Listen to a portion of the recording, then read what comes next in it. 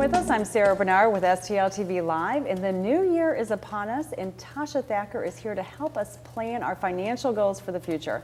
Thanks for being with us today, Tasha. You're welcome. From Moneta Group in Clayton. Yes. So it's January, and I know I, probably along with many people here in St. Louis, have been sitting down looking at my bank account, planning all the things I want to do this year and how I'm going to be able to accomplish that. Good time for it. Yeah. So do you find that most of your clients are beginning of the year starting to have those same kinds of conversations with their families? The beginning of the year is always a great time to evaluate things like that. It's a new year. People are feeling like they want to do something different than they did last year. So yeah, we do see that a lot actually. Yeah. So when you look at budget, I know there's different planning tools and things like that out there. Is there a particular recommendation or way that you address helping people sort of plan their year budget-wise? Well, it really depends on how detailed you want to get. If you want to start with something like Excel, you can kind of build your own program and make it as detailed or undetailed as you want it to be.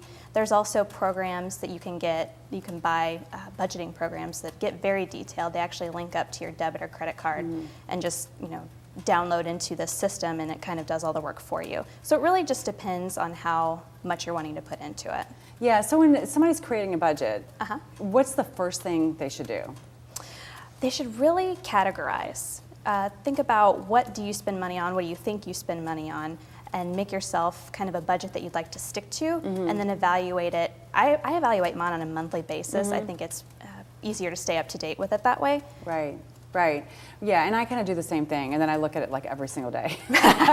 Make sure I'm not too far off track, didn't forget something out there. But okay, so now one of the things, people are planning for the year and they're looking at their budget and they want to take a great summer vacation, let's say. Do you have any special tips for how to plan for a vacation or a house purchase or some kind of big unexpected expense, or expected but planned for, that's outside of the normal monthly budget? A couple of things. I think having the goal is important, but also having a time frame for that goal is probably just as important.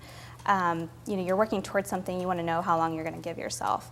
I think that in the modern banking system that we have today, the automatic drafting from the checking account into a savings account or a money market account is perfect. You do it on payday and you just forget about that account, and that's a great way to start that savings. So I love this on your online checking. You can set it up so that at the beginning, whenever your paycheck comes in, you can have a certain amount of money allocated to savings accounts. Right, you can't miss it if you don't even know it's there. So it's better to set it up, have it done for you.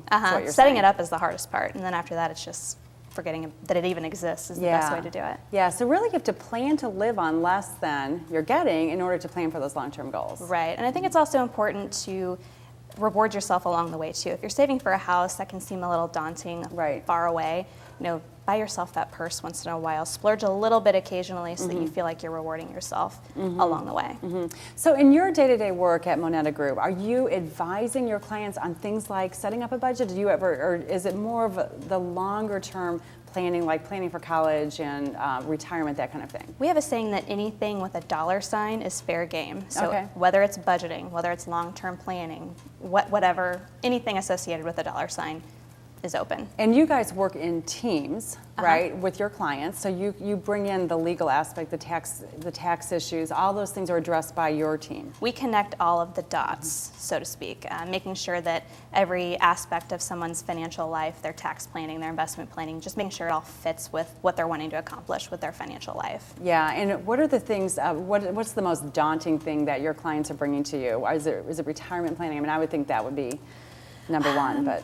Retirement planning, a lot of questions around when is it appropriate to retire? Do I have enough money to retire?